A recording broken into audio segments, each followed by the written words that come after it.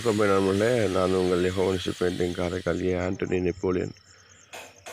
இந்த பெயிண்டை பார்த்தீங்கன்னாக்கா படாப்புலேயே இதை மிக்ஸ் பண்ணணும். டப்பாவை பார்த்தீங்கன்னா கையே வைக்கக்கூடாது, ஏன்னா அந்த ஸ்மெல் வரும் பயங்கரமாக.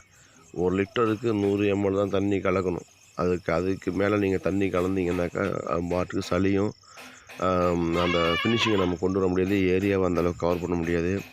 அதிகமாக நம்ம அடிக்கலாம்னு சொல்லிட்டு நிறைய தண்ணி ஊற்றிட்டிங்கனாக்கா அந்த பொருளோட மதிப்பு கெட்டுடும்.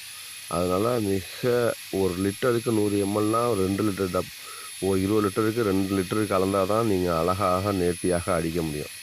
வேணால் 2வது கோட்டை அடிக்கும்போது கொஞ்சம் லூஸ் பண்ணிக்கலாம், ஒரு 50 ml தண்ணி கலந்துக்கலாம். ஆனால் அந்த அளவுக்கு லுக்காக இருக்கும். பார்த்தீங்கன்னாக்கா மிஷின் வச்சு தான் கலக்கிறோம், பிஸ்லரி வாட்டர் தான் நாங்கள் யூஸ் பண்ணியிருக்கோம்.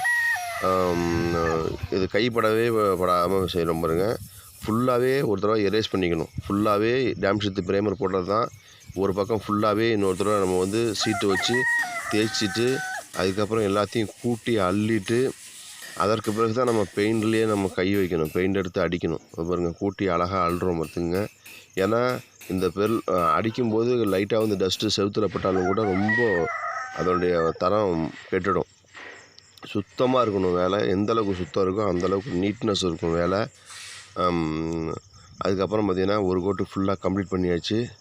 அடுத்தது செகண்ட் கோட்டு அடிக்கணும். குறைஞ்சபட்சம் 4 ஹவர்ஸ் டைம் கொடுங்க. அதற்கு பிறகு 2வது கோட்டு அடிங்க. அடிச்சிருக்க மெட்டீரியல் வந்து ராயல் லக்ஸுரி எமுல்ஷன்.